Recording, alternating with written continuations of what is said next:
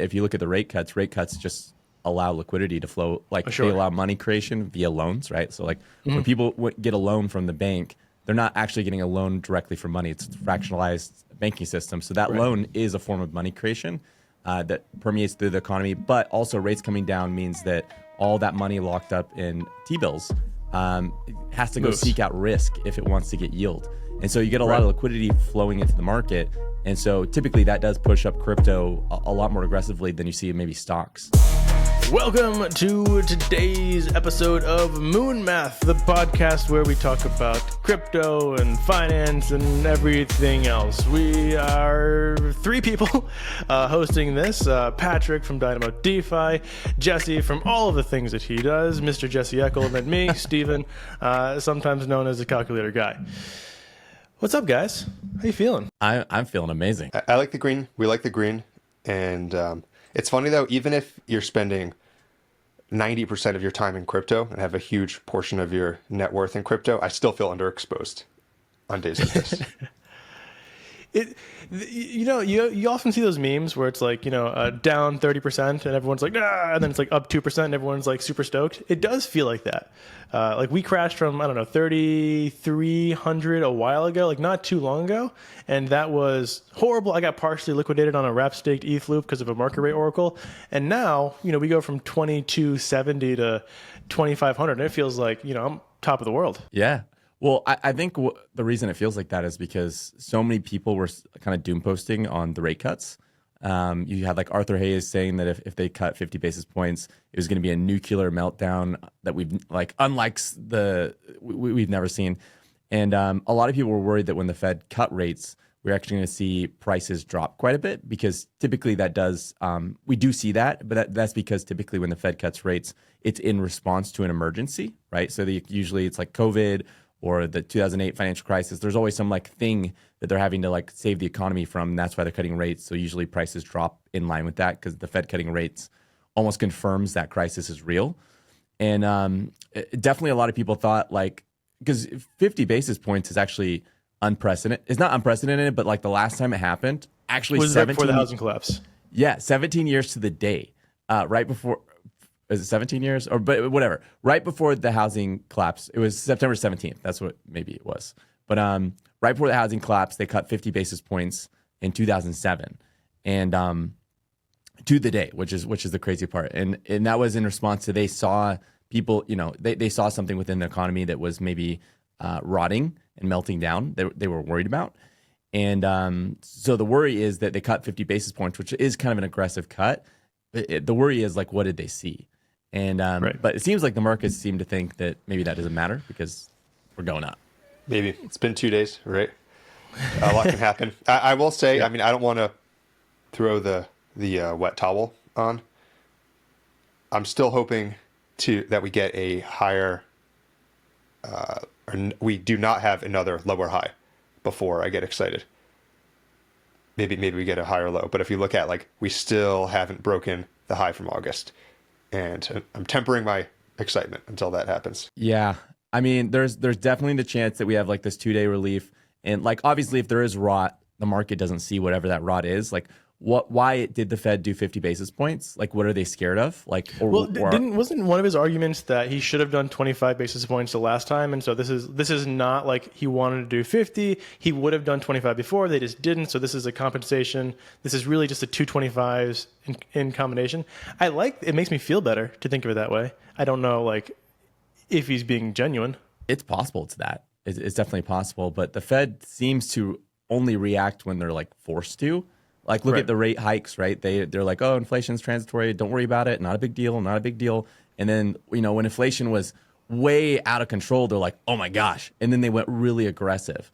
And so the thought would be like, they're like, hey, we don't have to cut. We don't have to cut. Not a big deal. Not a big deal. And then suddenly they're like, oh, my gosh, 50 basis point cut. It does kind of seem to suggest that maybe they see something that we don't. Or maybe they're just scared because they messed up last time. And so they're, feeling like maybe they were a little too late and they want to make sure they're not. I'm wondering what like side effects or additional effects will happen from this. So if we get a rate cut, we tend to get more liquidity in the market and more inflation. So my thinking is like, well, you can bet on that, right? You can bet on that in crypto. You have things like FPI or FPIS. Do you guys track that with Frax? I It's know what you're effectively like the talking about. tokenized inflation. And it's, when it first came out, its peg was all over the place, really scattered. I love Sam, by the way. I think he's like one of the few people in DeFi who like really is like philosophically all about it. Maybe the Frax ecosystem could use some work, but I think he's in it to win it. So, and he like recently had a spat on Twitter with one of the like lead guys of the Ethereum Foundation. I don't know if you're following that, but anyways, FPI tracks inflation. So and you can leverage it by borrowing or minting Frax against it. So if you do anticipate a lot of inflation coming up from these rate cuts, it could be a neat play. Yeah, I mean, the other play on like the alt front would be that if you look at the rate cuts just allow liquidity to flow. Like Sure. they allow money creation via loans, right? So like when people get a loan from the bank, they're not actually getting a loan directly for money. It's a fractionalized banking system. So that loan is a form of money creation that permeates through the economy. But also rates coming down means that all that money locked up in T-bills has to go seek out risk if it wants to get yield. And so you get a lot of liquidity flowing into the market. And so typically that does push up crypto a lot more aggressively than you see in maybe stocks. And so I think the other way to play that would be like, like if you want to be safe, like Bitcoin would be the other way to play that. But then you could go further down the risk curve and do things like, various different alts. I'm sure someone out there has calculated it, but effectively you're saying the opportunity cost of being in T-bills is now higher than what? We're going to find that out. Like, is it higher than the opportunity cost? Is it now higher than the S&P 500? Is it now higher than Bitcoin? Is it higher than Ethereum? I think like different actors will have different assumptions. There should also be some effects on DeFi interest rates, right? Because a lot of what DeFi had going on for a long time was, your SDAI, your SFrax, your, what's the other big one? Ondo, I forget the name of their USDY? No, it's just one. Yeah, USDY. It's USDY. But there's two USDYs now. I don't know if there's a second one that's like really scary. It's backed by Dubai real estate. We don't have to get into that, but it has like 500% APR. It terrifies me. It's one of my buddy's like favorite stablecoins right now. Nevertheless, go check that one out. I do think that if interest rates go down, all of those yields go down, which means we might see less cost to leverage because the lending rate or the borrow rate for stables will go down. People will be less interested in leveraging these exotic stables. Yeah, that's a good point. And that's a good analogy of like people that are in crypto can easily understand that. If somebody's holding a big bag of, let's say, like SDAI, and they're doing that because they're getting that the DAI savings rate yield. Well, they might be inclined to do that right now because they feel like, well, whatever it is, 5% or I don't know what it is exactly at the moment, feels good to them and they don't want to take risk. But if that drops to 4% or 3%, suddenly they're going to be like, actually, maybe it makes sense to hold Bitcoin instead.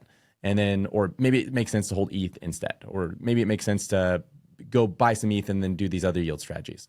And so I think that's when especially like if you look at the ETH issuance yields, right, which I think it's like 3%, you're going to see more and more that become more appealing as those interest rates come down, and it's like less interesting to hold, dollars. Yeah, the interesting thing with those more exotic, you might call them high risk stables, is it's like any loan, if you're calling those stables, basically any loan that your repayment is priced in dollars is a stable, right? But the level of risk on those vastly varies, right? Like you could make a stable coin that was backed by 29% APR credit card loans.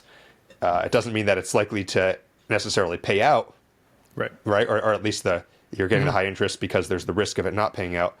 But it's interesting to me that stables have almost become this vehicle for bringing high risk loans into crypto. Yeah, tokenized real world debt. Tokenized real world debt. Yeah. Did you guys see the whole thing with people on Twitter? They're doing like comparisons of BlackRock's profit versus Tether's profit, and it's like it was something crazy where it's like, actually I have it right here. BlackRock has 19,800 employees. And they have 10 trillion assets under management, and they did about 5.5 billion in profit. Tether, by comparison, has 50 employees versus almost 20,000 for BlackRock. They only have 119 billion under management, but they made 6.2 billion in profit versus BlackRock's 5.5. So Tether is making more money than BlackRock right now, a crypto company, which I think that's pretty crazy. Okay, but I feel like the major difference here is that BlackRock's AUM is probably way higher.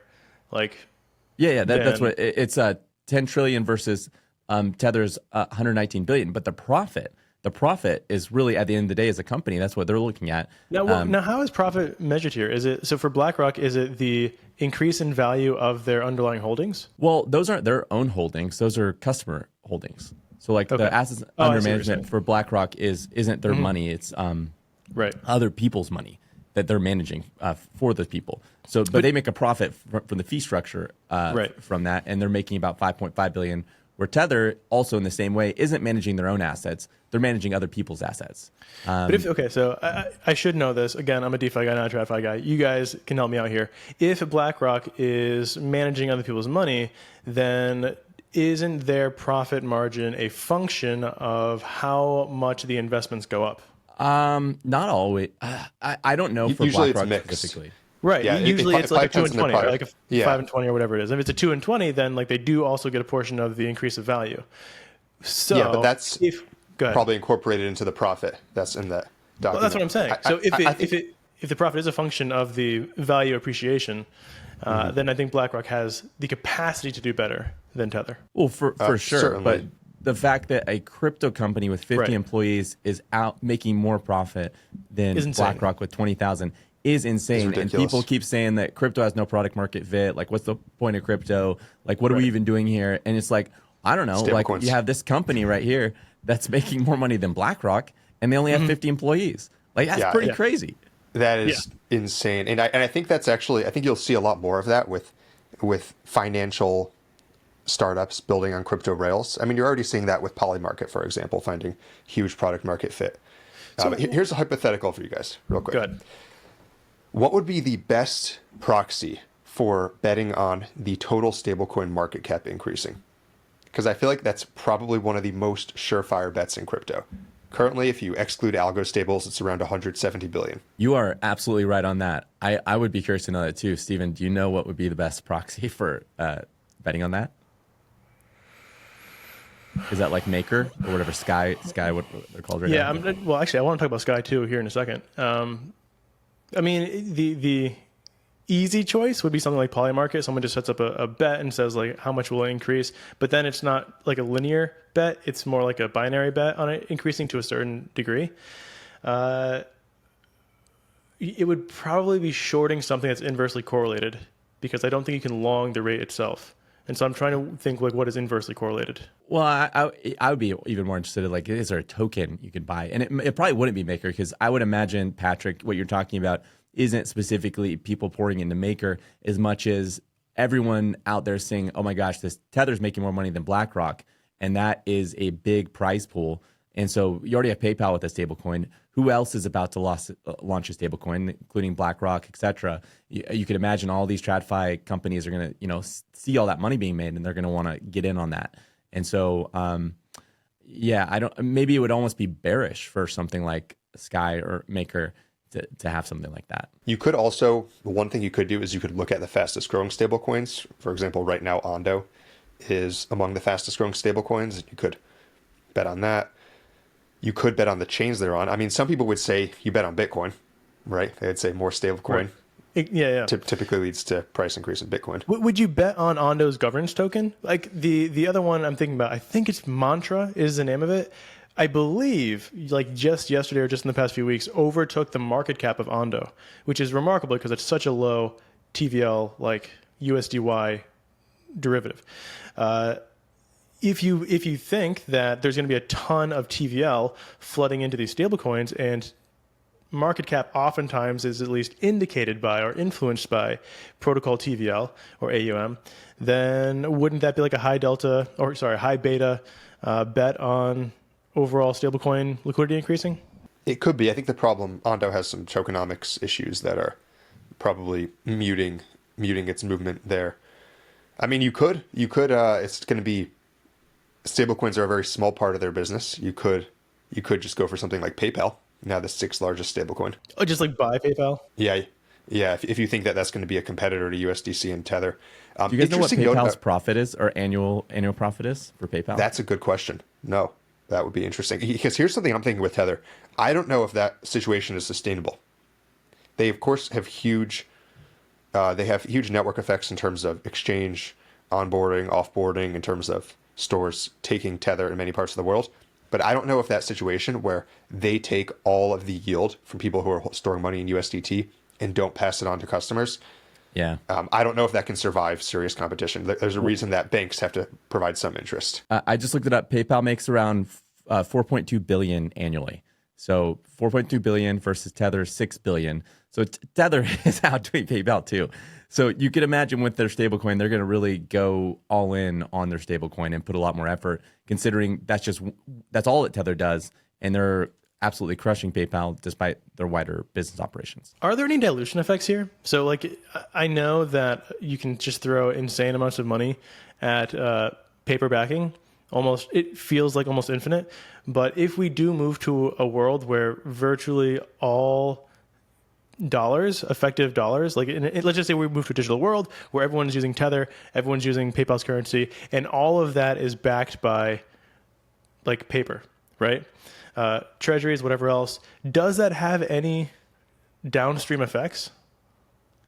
Well, for sure it does. I never really mapped it out, but I mean, that's a lot of demand for bonds. So, which we're struggling with right now because China's economy is on the ropes and kind of struggling, and they're typically historically been one of our biggest buyers of bonds, and so I don't know, that'd be interesting to map out and kind of figure out how that would play out. Yeah, I mean, and then like, who is? So you were saying that Tether might need to be more competitive, or Tether might be like seeing some rise in competition. When you go abroad, like if you travel to other countries, I think both of you guys probably have at this point.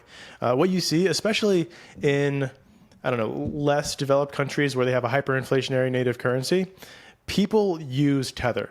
Like they really use it. You can go get a taxi with Tether. You can like buy things from a mom and pop shop with Tether. Like you can literally just use Tether as a de facto secondary or tertiary currency. And I think that's amazing. Argentina, we were using Tether for everything. We were using Tether to buy gigantic wads of the Argentinian, I forget, like the peso or something. But like people wanted Tether instead. And my buddy who used to live in, where is this Serengeti? Which, Tanzania? No. Nah. What? Is that not Namibia, right? No, not Namibia. Good question. It's it's Serengeti. I was thinking of the Namibian desert. Yeah. Kenya. Dar es Salaam is the capital, or one of the capitals. They switched their capital semi-recently. Oh, it's going to bug me. Anyways, in that country, in like various other African countries, there is this demand for Tether and use of Tether. I don't think other stablecoin currencies are going to be as quick to replace Tether. I think Tether has a lot of Lindy in those countries, and it's going to be like hard to unwedge or like replace. And that is where a lot of that demand comes from, is like these third world countries where their currencies suck so bad that like having access to the US dollar is a superpower. Because they can, they can hold their value, which is crazy because obviously we know the U.S. dollar is debasing also, and that like there's no way this ends good for the U.S. dollar eventually. We just don't know how long it's going to play out, but eventually the U.S. dollar ends in shambles. Like there's just I don't think there's dollar milkshake. It's like dollar milkshake on steroids, right? Do you know the dollar there's milkshake no stopping theory? it. So I think what the really interesting thing is, and we talked about this during our pod, Stephen, is like where does this lead to long term? Which is that I think what crypto's great innovation is going to be to the world is, or one of the great innovations that crypto's going to bring to the world is going to be a stable asset that's not fiat backed. So something that's not pegged to like a US dollar, that's a stable asset that can replace this as kind of like the global currency, that's used, but not able to be printed by, all these governments globally. Okay. Yeah, I think we should dive into that. Ohm is actually an interesting case here. It was Tanzania, by the way. And Patrick, you were saying dollar milkshake theory. Yes. What is that? Do you guys know the dollar milkshake theory? I've heard it before, yeah. You've heard it? Do milkshake get smaller? Milkshakes get smaller. Basically, I'll do my best to explain it briefly. Basically, dollar milkshake theory is that when there's any global liquidity contraction, because so much debt including trade debt around the world, is priced in US dollars, and also because the US dollar is viewed as a more stable reserve than virtually any other currency. The theory is basically that no matter where the liquidity gets sucked from, it will end up, or no matter what caused the liquidity to decrease, it will result in a relative strength for the U.S. dollar, where basically because people are forced to buy dollars to either settle trade debts, to pay off other international debts that are priced in dollars, etc., bonds that are priced in USD. That like the U.S. dollar will eventually, things won't end well, but in the meantime, it's still the strongest horse, so it's gonna drink everyone else's milkshake. Yeah. It's kind of like you're playing with meme coins, and the dollar's Doge, and so it's like, yes, it's still kind of a meme coin. It's still not great, but all the other meme coins are like, Pepe's Rocket 2008, with bonk on your mom, whatever. And so, like, obviously, like, people are like, well, if you're going to pay me in something, I'd rather it be Doge than that. And, until we have an alternative, that's how it's going to be. Yeah. Another crypto analogy might be how in past years, it's happened with NFTs. It's happened with DeFi, I believe. But there's been many times in crypto where right before a crash, ETH did really well. And basically it was people taking profit from all of these small altcoins, taking profit from NFTs and putting it into ETH, which was viewed as relatively safe, but ultimately still crypto. And so the bubble burst. And so that's dollar milkshake theory. Like, I'm oversimplifying it. People should read it themselves. But basically dollar milkshake theory is that's the US dollar is that for fiat currency, where as the fiat scheme is unraveling, US dollar is the strongest horse and a lot of money is going to flee there. I have a theory that is semi-related to this and ETH increasing weirdly after an alt season that we saw with Osmosis. I don't know if you guys are like IBC fans. I am nearly a perma bear, on Cosmos, for better or for worse. I love IBC tech, but like Cosmos itself is just ridiculous. But what we saw was this really weird thing where Osmosis would, our alt would pump out of range, forcing them to buy more Osmo, pumping Osmo, and then like creating this flywheel because of the concentrated liquidity pools. Because everything was concentrated liquidity it was Osmo went up. There we go. So concentrated liquidity, Osmo goes up. You end up with all of the other asset, right? And so the other asset has to buy more Osmo to have liquidity again. And because every single thing was paired with Osmo and Osmo liquidity was so thin, people were pumping Osmo on Binance. It only cost a few $100,000 to do this because liquidity was super thin. This would push up the price of Osmo on the DEX, forcing all of these liquidity pairs to rebalance by selling their governance tokens, IBC governance tokens, back into Osmo, which would pump the price of Osmo again because liquidity was relatively thin. And so it created this, it went from, it was something like 4 cents all the way to $2 in a very short time frame, just because of this ridiculous wheel. I think that ETH has this on a much less dramatic scale. Everything is paired with ETH, right? ETH and USDC. It's not ETH it's ETH and USDC, but those are the two main base pairs. And it's concentrated liquidity has taken over. We're not, I would say there's probably more concentrated liquidity than there is full range liquidity. As a result, when ETH pumps, what it does is force a rebalance to buy more ETH. So we get this secondary boost on ETH, which should make it more should give it 2 pumps, but it yet to be seen. Let's get into ETH. Because ETH is in the most bearish I've seen it in a long, long time. Pretty much universally hated. You're seeing people from Token 2049 saying that it's consensus that ETH's dead. People are giving talks about how Solana's going to flip ETH. I mean, it is universally a hated asset at this point. You just gave a partial bull case for ETH, but obviously that requires ETH to go up, right? So first ETH's got to pump for that to happen. The flip side of this is when alts go up, it forces dumping pressure on ETH because ETH has to get sold to get back into the range of the alts. So what would be the bull case for ETH right now, in your guys' opinion? Trump is building on it. Obviously, that's like you can't beat that. It is like the de facto layer of everything. I think all of these security layers are being built on top of it. Everything restaking is really related to it in some capacity. You have Eigen, you have Symbiotic. I do think that it will outsource a lot of its security in some meaningful way. L2s are still booming. If you're looking for yields, there is no better place than L2s, no better place than ETH. Yield farmers only really use EVMs. You can try using Solana, but what are you doing? You're leveraging up JLP, or you're like eating permanent loss in a Solana USDC pair. The yields really are not on Solana. I love Solana, fantastic ecosystem, like screaming fast, great user interfaces. I think like their dev teams and their front ends are some of the best, but there's just like the yields are not there. Sometimes you get like the Pi USD, just people dumping incentives in there, but like that doesn't really last, and it hasn't really lasted either. And then IBC, there's just no yields. So EVM is where DeFi users live.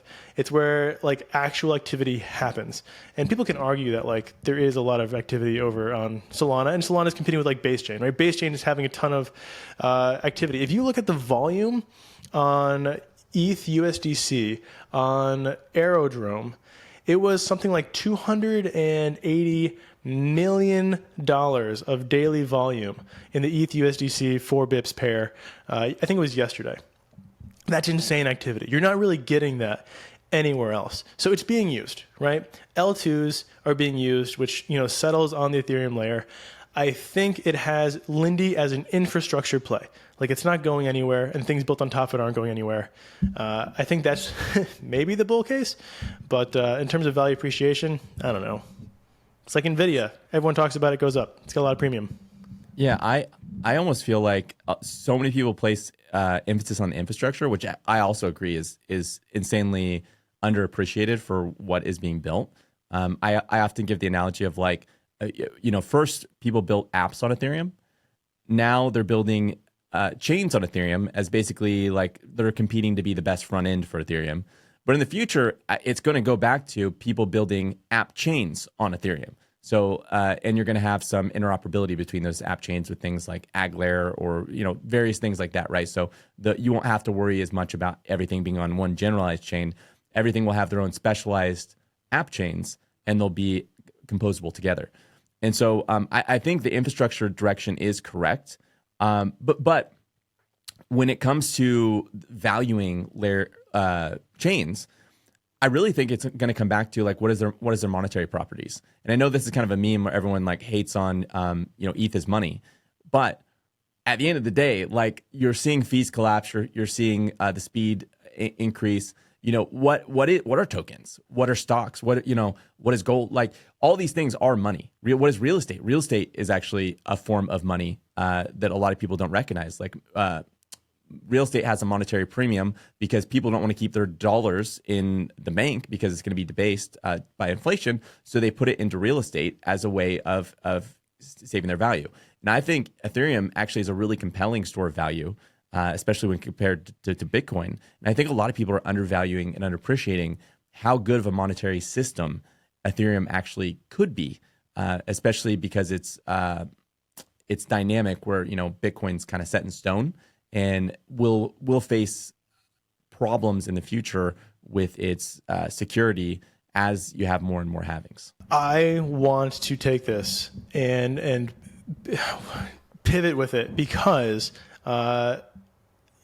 yes, Ethereum, better monetary policy. You can do more with it. So like if there was a huge change or shift, the Ethereum Foundation could say, hey, we've developed this new way to make this more like monetary policy to actually, we're deciding we want to do ETH as money. We're committing to this narrative. And they can do stuff about it because they have this gigantic governance mechanism in DAO to do it. But right now, we are seeing a huge surge in the composability of DeFi, of Bitcoin and DeFi. And this scares me from like an ETH Maxis perspective, because right now you can get like 60% APR on Bitcoin on ETH. And if Bitcoin has outperformed ETH this year by 29%, 30%, why would you take 20%, 30% on ETH as opposed to 60% on Bitcoin? It's as a yield farmer's perspective, I want the better yield and the better and the one that has better performance. If I can get both of those things simultaneously, it's a no-brainer. Yeah, but I mean, if you look at, have you gone on to Bitcoin? Have you tried to use some of these like different Bitcoin apps, etc.? No, I'm not talking. So there's two types of BTC-Fi, right? One is, what's that one called? Stacks. And, God bless them. But if you try to use it, it's intolerably slow and just not very user-friendly. I agree with Not that. for much longer. They have an upgrade this month. Yeah. I know. And there's a bunch of other competitors coming out that I'm kind of excited about. We'll see, right? All of them are saying soon, and DeFi soon means like in a few years. Or a few months. What I'm talking about is like LBTC or Corn BTC or TBTC or BTCB. All of these things that are on EVM land, but are now getting interest, getting points, and then getting fixed rate yields on Pendle that you can go and leverage on Silo soon, already on Zero Lend, and actually use in the pre-existing super fast DeFi infrastructure that we already have. You're saying Bitcoin is like a composable asset. Exactly. Bitcoin as a composable asset. Why? So even on ETH chain, why would you get yield on ETH when you could get a better yield on Bitcoin? Yeah. Okay. So I think what I'm trying to highlight is that if you look at Bitcoin, right? So I always try to separate it out as like there's Bitcoin, the blockchain, and there's Bitcoin, the asset.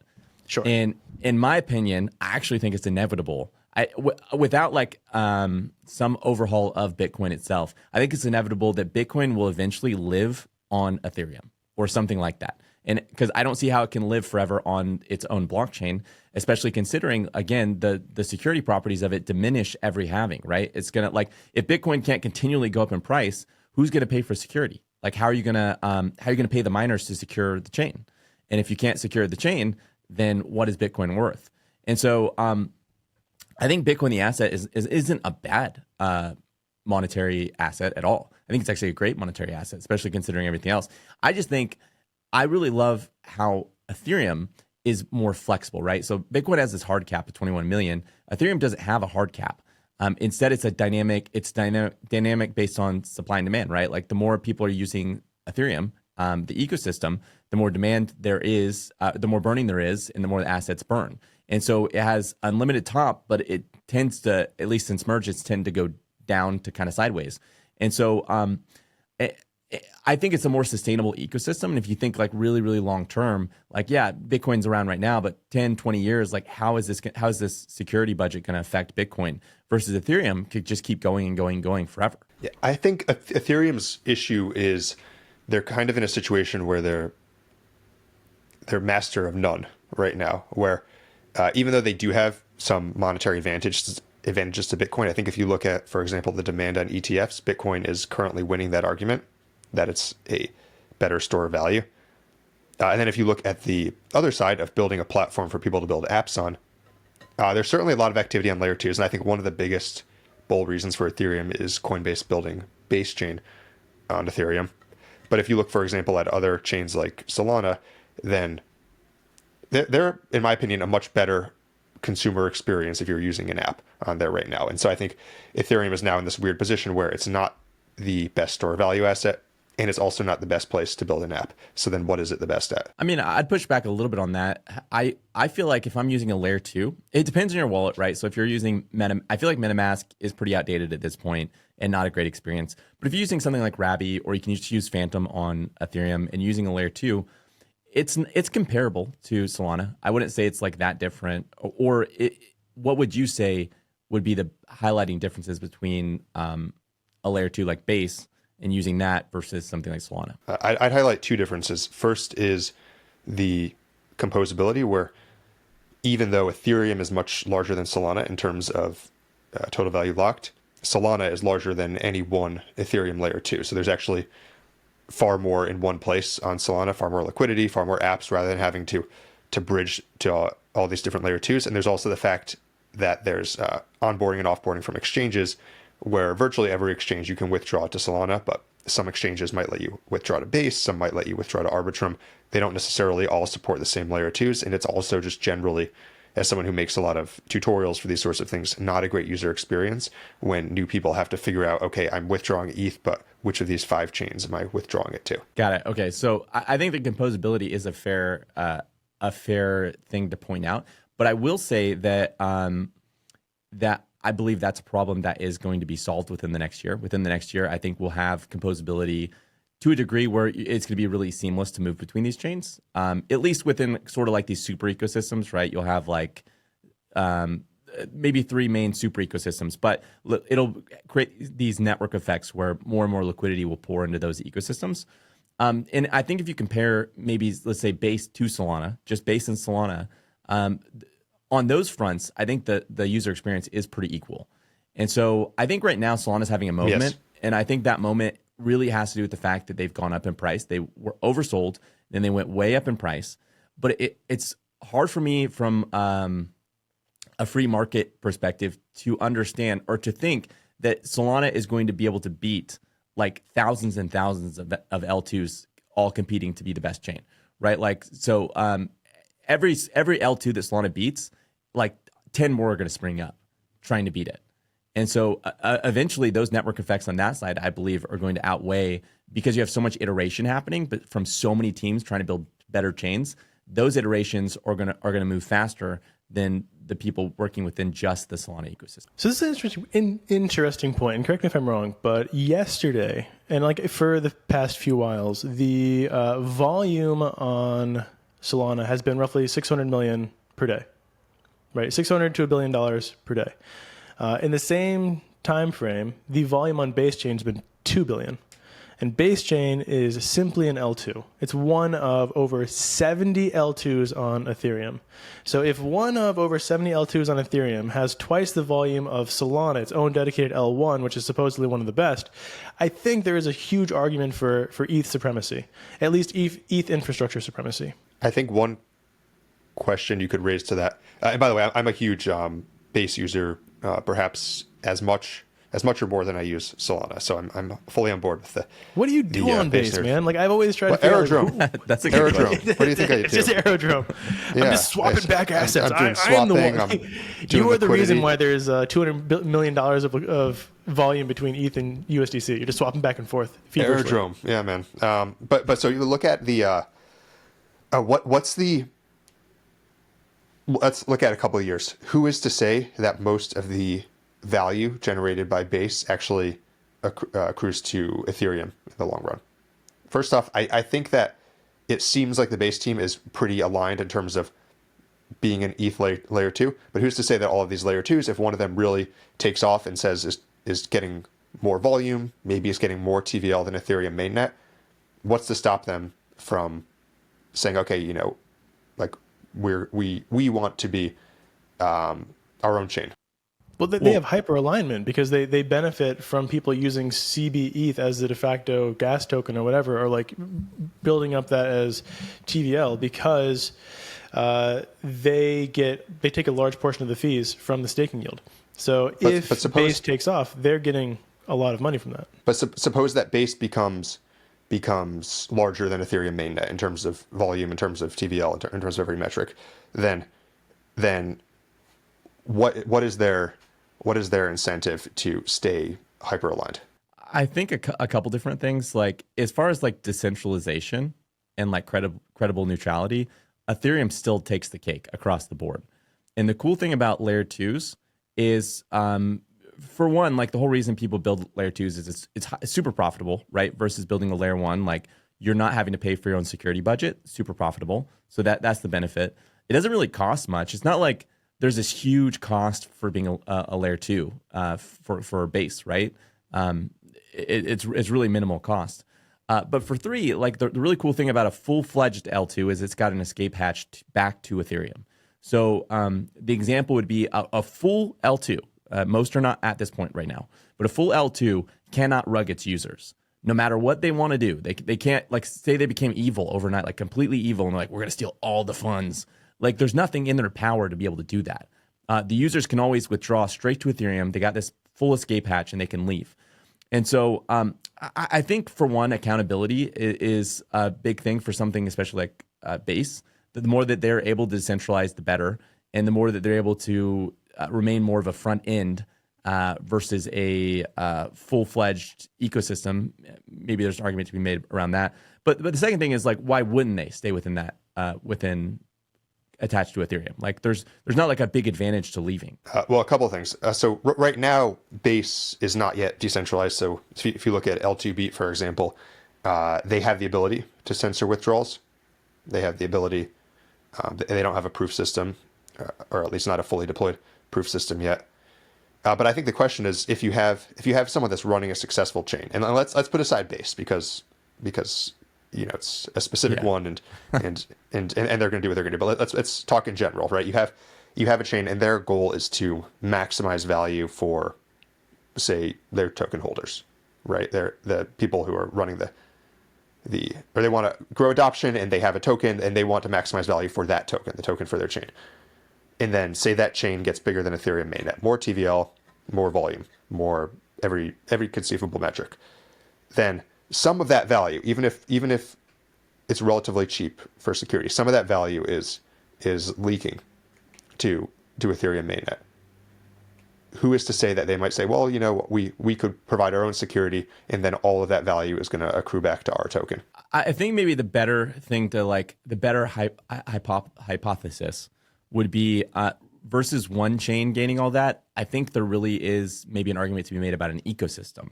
Right. So I talked about composability and interoperability between chains. I think that's where network effects are going to, accumulate. Right. So imagine the OP superchain or Polygon's ag layer.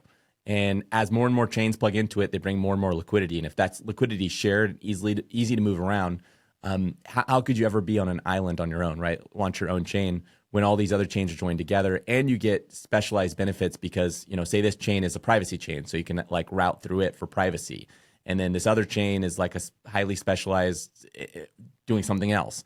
It's really hard to have one chain that does it all. It's kind of like a restaurant that we serve every kind of food versus a highly specialized, we just serve burgers. We just do this. We just do this. So highly specialized chains are going to be the future, in my opinion. And you'll have these ecosystems that are tied together. So if you look at something like the ag layer, maybe the ag layer says, hey, why do we need Ethereum? Why do we need to settle down to Ethereum? And I think you could probably make an argument for that because they do have the network effects of all these chains tied together. Yeah, I think part of for the record, I'm actually still long-term bullish on Ethereum. I guess I don't think it's as sure of a bet as many people think. I think that the main reason why I think it's going to succeed is because there's so many smart people working on it and building in the ecosystem that it's just not a group of people that I would bet against. That being said, I think one of the challenges could be you have these modular app chains that are being launched now, and they can choose settlement layer, they can choose the data availability layer, and so on and so forth. At some point, you may run into a situation where there's some chains that are choosing to settle on Ethereum and then use Celestia for data availability. Other chains that are using Celestia for data availability, settling somewhere else. But at some point, if ETH becomes too abstracted away as a infrastructure piece, then that sort of hyper alignment you guys were talking about, I think you have to wonder at some point that then they're basically just a back-end software company which is competing with all of these other solutions, and who's to say that they're going to be the best, especially when they're trying to do all these things at once. So I guess my question here is most of DeFi is built on Ethereum virtual machines. And that makes it really easy to build a chain abstraction layer in the future on top of all this stuff. Like if you want to swap between Base Chain and Arbitrum easily, I think you'll be able to do that in the very near future. There's already bridge DEX aggregators that can do this within less than a minute, right? You want to swap from Arbitrum to ETH on two totally different chains, you can do that like that. And so the EVM stack itself, and the OP stack is also really good. All of this technology is going to exist. I think it has a lot of Lindy effect. If you're saying that modularity is going to outsource security somewhere else, maybe that's true. Maybe it's cheaper. But as far as I understand, as long as EVM supremacy exists, that's going to keep ETH afloat.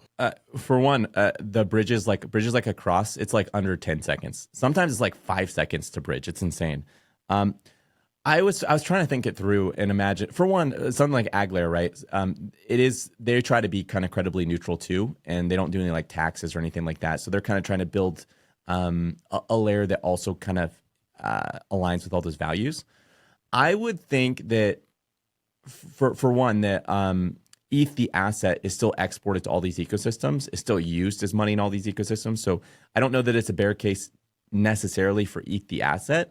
But if you're talking about the L1, like what is the value proposition of the L1 specifically, I think it really will come down to credible neutrality. And I think that's a spot where I think we could all say very comfortably, like ETH will probably dominate on decentralization and credible neutrality for the foreseeable future. And it currently does dominate in that category. So is there going to be value in credible neutrality and decentralization moving forward? And how do these chains tap into and make use of that value? And so I think it'll come down to that. If you don't see that as valuable, then for sure, like, why would you need ETH? But if you do see that as valuable, and I think it really is valuable, then I think there is still always a case for ETH to be there as the foundation for all of this stuff. I can agree with that. I can get behind that. Yeah, I'm trying to think of the security issue. Where else would you get security from that would be cheaper than something not currently using Ethereum in some way, either through an L2 or L1? Well, I think one way to think about it would be, well, first off, I mean, a lot of these things are very hypothetical in the future, right? And a lot of these, well, most of these L2s aren't truly decentralized yet in any meaningful way. The first ones are starting to. But I suppose what I'm thinking, and probably depending on the permissions, this would have varying levels of actual like possibility for different chains. But actually providing security for the chain is a pretty powerful value accrual mechanism, if that makes sense. So my thought is eventually there might be chains where if they feel they're sufficiently large enough, then they would rather have run proof of stake with their own token as the proof of stake token. And they might question why they need to settle onto Ethereum if, for example, they can have $50 billion of security solely on their own chain. I think I could also say this. If either of you guys had $1 billion right now and you had to stick it on the chain, I would probably diversify. I mean, staking on it, you don't stake on Bitcoin. I guess you could kind of stake on Bitcoin with like stacks, but that's the stacks asset. I would want to diversify between like Solana and Ethereum. Wait, are we saying we have to choose one asset to go into? Yeah, you choose one. So like Ethereum. if you had $1 billion that you had to stick onto one chain, what would it be? Oh, to stick. I think you said stake. No, stick. Like you're just putting Bitcoin. it, like you're storing it on a chain. Okay, Yeah. Bitcoin. But outside of Bitcoin, what would the second choice be? Yeah, and so when it's talking specifically about Ethereum and layer 2s, it's going to be, like, I don't know that I trust $1 billion on Arbitrum, or like, even though I feel like it'd probably be fine. That's true. So I feel like true. the longer that Ethereum exists, the reason you pick Bitcoin is because it's just been around even longer than Ethereum. So Ethereum has this kind of like time variable that the longer it exists and it's safe, the safer it feels. And so in 10 years time, you're going to be like, wow, Ethereum is like, it's withstood, however long. And so if you're talking trillions and trillions of dollars of the economy coming on chain, like the safest place, you're right, most people are going to feel Bitcoin. But again, as the security budget starts to deteriorate, I don't know that that'll be as sure of a thing. But Ethereum, I think for a long, long time, people will be like, yeah, that's a safe place to have it. So you could have this almost requirement by people like, yeah, if you're not connected to Ethereum, like we don't trust it. Especially, I think they're going to see some L2s like end up collapsing from bugs. Like that feels inevitable, right? That we'll have some L2s go down at some point. And so if that happens and you have these L2s that are connected to Ethereum and people can withdraw, and you have some that aren't fully set up, people are going to learn really quick, like you need safety, you need the security. And it feels like you probably only learn those things through some sort of crisis and catastrophe. And so maybe that's what's required. A lot of people got to lose a lot of money before they learn, this whole like being a full-fledged L2 is actually really important. And this is the security guarantee that it gives us. So what about Babylon? I think Babylon is a marriage between these two ideas, which is Bitcoin securing EVM stuff, or Bitcoin securing stuff. I think it's mostly going to be securing EVM stuff, but it's also going to be securing IBC stuff. Again, I'm just less interested in IBC stuff. So the thing I love is that it is actual Bitcoin on Bitcoin chain that is securing through a proof of stake sort of mechanism other stuff that you can actually do stuff and like it's fast. The thing I don't like is seems to still be a custodian issue. And there's always this custodian issue. I mean, Coinbase, Bitcoin has this custodian issue. Whenever Bitcoin is doing anything meaningful, it seems like you have to trust some custodian. I mean, my thought about it again, I'll just point back to that. Eventually, what happens when the rewards for miners are so low and Bitcoin's not able to go high enough to cover those? What happens? Like, miners aren't going to run their machines when they're not getting paid enough money to run those. Like, it costs money, electricity, and physical hardware. So what happens when that happens? Do you feel comfortable with the Bitcoin network securing your money? Well, it's kind of, this might be a new Ouroboros, right? Which is the restaking or the security provided from Bitcoin can generate an additional stream of revenue so that miners could in some way participate in this restaking to make it worthwhile. If that would happen, then I'd be super bullish. If we you can also get have the fees, though. You have the fees from, I mean, this year, perhaps we'll see if this can maintain, but from the AVS fees you're talking about? No, the fees from Bitcoin fees from ordinals and sure. And all those kinds of things. You had significant fees that in many cases were actually outpacing the issuance. But in my opinion, I just don't see that lasting. I think it feels like more of a novel thing that people are like, oh, cool, we could do this. People got excited. There was like a gold rush for everyone to be first. But it's like Bitcoin isn't built for DeFi. It isn't built for these things. And it's like really tough to do. It's like if you feel like Ethereum's behind, like Bitcoin is like way, way, way behind. And so, but maybe the Babylon and like shared security, maybe there is something there, because there's no argument, I think, across the board that today Bitcoin is the most credibly neutral, decentralized, etc. I think pretty much most people agree with that. My worry is that tomorrow, as time goes on, that'll become less so as the ground gets a little bit more shaky. When it comes to how do these miners get paid? See, to me, I think there is a higher likelihood of some sort of governance exploit or like centralization risk to Ethereum happening, some big black swan, some bad actor does something, or the foundation makes like a choice that is not desirable by most users. I think that's a higher likelihood than that happening on Bitcoin. So I think Bitcoin's long-term credible neutrality is a lot more Lindy or a lot more reliable than Ethereum's. Just because there's a human aspect to Ethereum that doesn't exist with Bitcoin. Well, there's a human aspect with Bitcoin. I mean, they do upgrades, and you do have the miners are very. I mean, they're obviously they're very involved and they're very aligned into like small pools of miners. And the argument for that would be like, hey, if somebody did something they didn't like, the individual miners would leave those pools, and that might be true. But today, if you look at the mining pools, those are a very centralized. There's some sort of centralizing factor. And so I think you're always going to have that. And I think the argument for both of those things, the argument for Bitcoin would be that it's okay, the social layer would protect it if they did something wrong. And the argument for Ethereum is it's okay, the social layer will protect it if they do something wrong. So I think on both fronts, you kind of have, it kind of always ends up at that. Yeah, I mean, it's totally fair. Have you guys followed OpNet at all? Mm-hmm. OpNet, so it's like it's a Bitcoin layer 1 meta protocol. So anyways, it's worth following. It's very, very new. They're going to launch. They're talking about like really fast transactions. They're going to port over a bunch of really cool protocols. It's sort of the same team that's doing this Trump things. A lot of the same guys. I think like Corey's involved with it. So it should be kind of exciting, but it's still a ways out. I do think like there's a lot of mind share saying BTC DeFi is real. We want to be the first one to make it work. We want to make it fast. We want to make it user-friendly.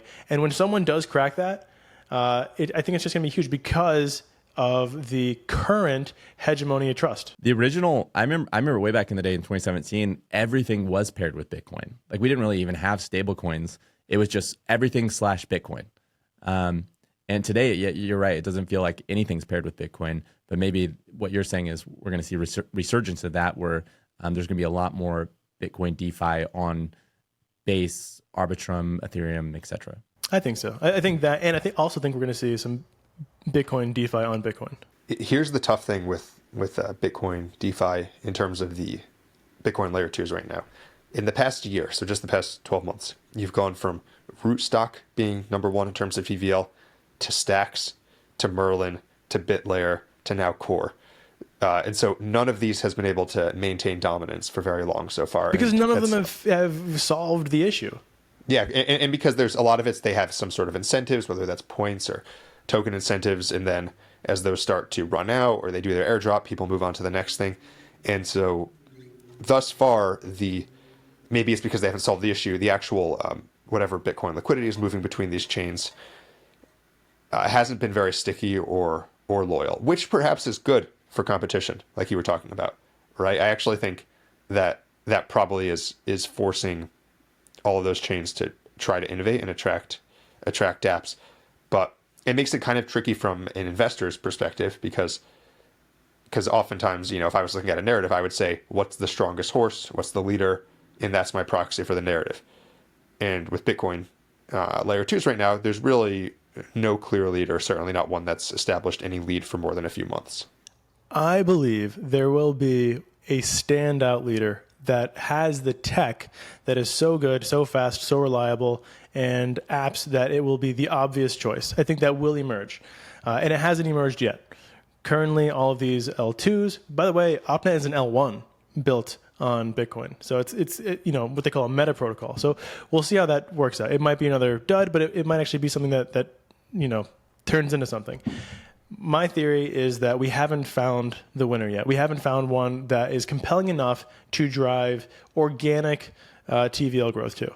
It's just like been incentive farming, points farming, whatever farming. It hasn't been like, oh, I want to use that protocol because that protocol has intrinsic use. Like it's intrinsically valuable. It's like a good perp dex. It's a good money market. I can go and borrow interesting assets.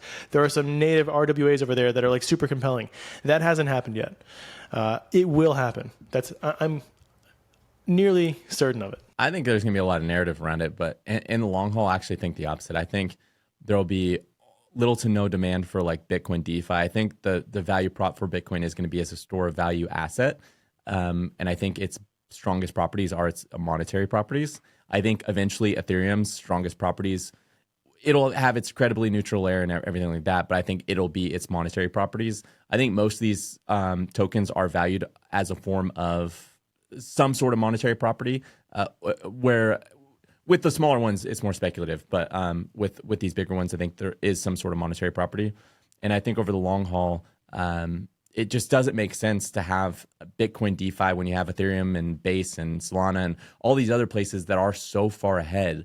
And you're having to deal with all these extra hurdles that you have to deal with on Bitcoin for like such a small gain that not everyone would agree with is like meaningful when it comes to that credible neutrality and decentralization compared to something like Ethereum. We'll see who wins. Like the last argument, and then we can move on. I think like you were saying, if you had $1 billion, where would you put it? And me and Patrick both said Bitcoin, right? So if it was the case that you had two protocols exactly equal, and you wanted to use that protocol, and Bitcoin and Ethereum had equal like throughput, equal transaction speed, equal ease of onboarding, which one would you use? And I think it's like maybe ETH has tons of Lindy right now, but I would say the Lindy, yeah. It's really the Ethereum Lindy right now that, and in the direction of even today, like it's the App Store model, right? Like if you look at a phone, I think of like Nokia or something way back in the day, like or a Razer phone, right? They got their apps on their phone and they're trying to compete each year by like saying, hey, we're going to update these apps, they're going to be even better. Then you got the iPhone with like an open app store, and then you have millions and millions of developers or whatever competing to build better and better apps. And that's going to make that ecosystem far better. And so I think with the L2 ecosystem, you have all these L2s competing. Most of them are going to suck. Like 99% of them are going to die. But the incremental improvements that you're going to see from the ones on the fringes and how those come together, I think are going to create an ecosystem that's just nearly unstoppable. Wait. Okay. Just to give some people some quick alpha. You're right. I think 99% of all these apps are going to die. All these governance tokens are going to go to like approximately zero over a long enough time horizon. Which winners do you think will emerge? Like if you could pick 5 tokens that are not L1s, right? So like 5 altcoins that you think will probably exist at least until the next cycle with some level of success. And you can even do 3. We'll do 3. What do you think they are? To the next cycle? Yeah. I mean, altcoins, so not Bitcoin and ETH. Right. Not L1s. No L1s. No L1s. Specifically L2s. No. Any altcoin. I mean, I would say no chain coin. You could do chain coins, there's a lot of app chains, but I'm saying like protocols specifically, because to me that's interesting, right? The infrastructure things that are going to still be around and still be compelling and still even have value appreciation to the next cycle. Well, I'd pick one would be, I don't know if this counts for what you're saying, but have you heard of Index? Yeah, like index coupe or something totally different. Index Coop. So I would say with as many tokens that are being launched within the crypto space, you have like 1 million a month right now. I think the need for the end user to like have indexes for like an AI index, a Bitcoin DeFi index, Arbitrum index, a Solana index, it's becoming more and more apparent to me. Somebody's got to solve this issue, and I really like what Index has done with their PRT model, and I really think PRTs are a great incentive to launch indexes.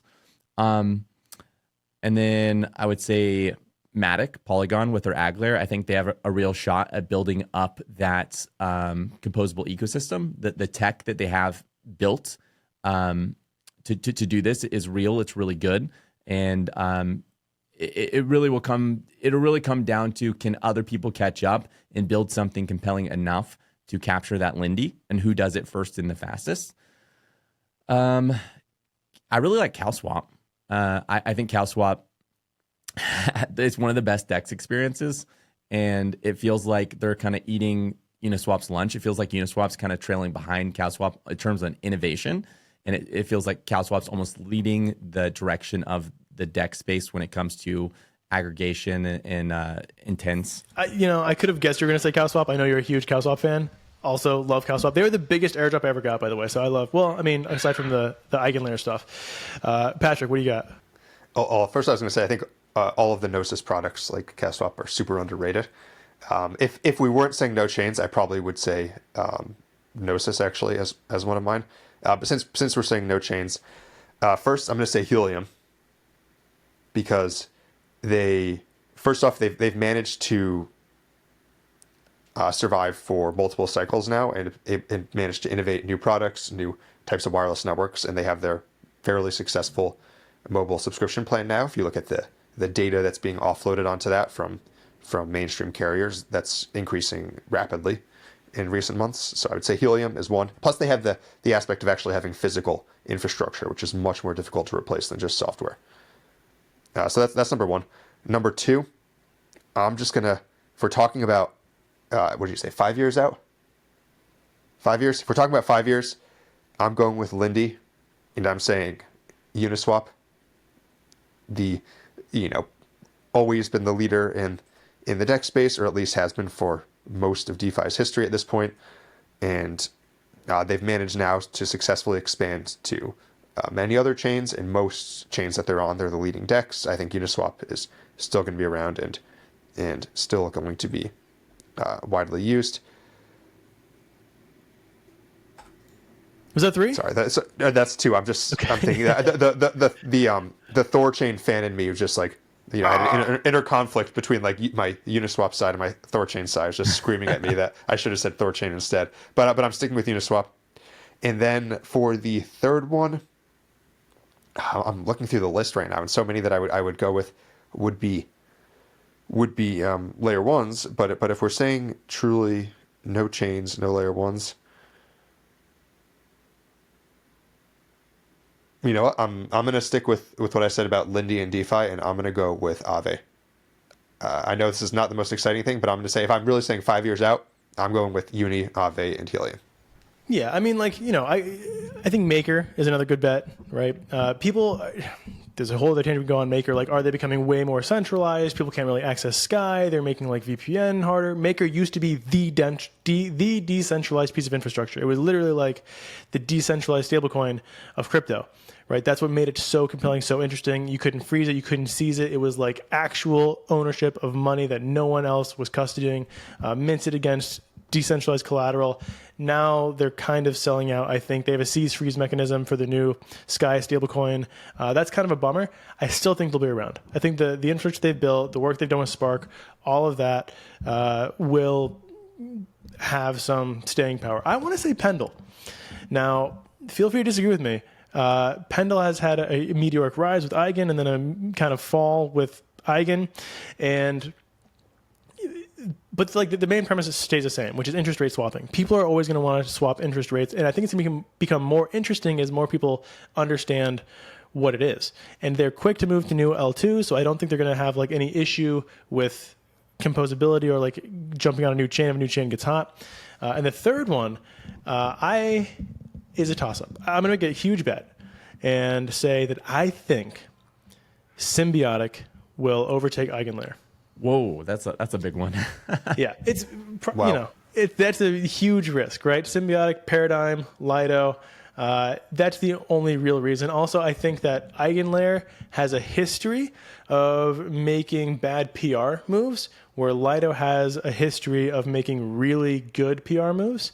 And so once they decide to turn the switch on, whether it be incentives, whether it be like points information, whether it be like a huge restaking AVS push, I think it's going to be just like a massive wall of like growth for them and PR. And I think they're going to have more Lindy than Eigen. We'll see. But that's kind of like a home run, Hail Mary. We'll see.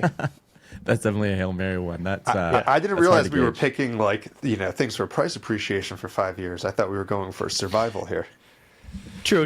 Yeah. True. In terms of survival, we could pick the base 3, but I still think that restaking is going to be a big narrative even in 5 years from now. I agree. 5 years ago was mid 2019. Let's think about that. Oh my gosh, what was around then? 2019? Exactly. Yeah, Exactly. Uniswap. Yeah, you still had those big too. You had SushiSwap the Vampire, which is now not doing so well. Not even. No, 2019? I thought SushiSwap came out at the end of 2019. 2020, right? Was it Summer really? 2020. I got to fact check you on this.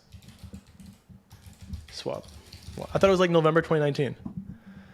Ah, dude, you're right. I'm an idiot. All right, you win. Dang it. All right, 2020. You're right. September 2020. I was off by almost a year. All right, well, we are, because I'm wrong, I want to end it now, because now I'm just embarrassed. I'm kidding. We are at an hour and a half. Let's wrap it up. Thank you guys for the amazing conversation and for disagreeing publicly and showcasing a variety of opinions. As a reminder, none of this is financial information. Don't go aping all these tokens because you heard us talk about them.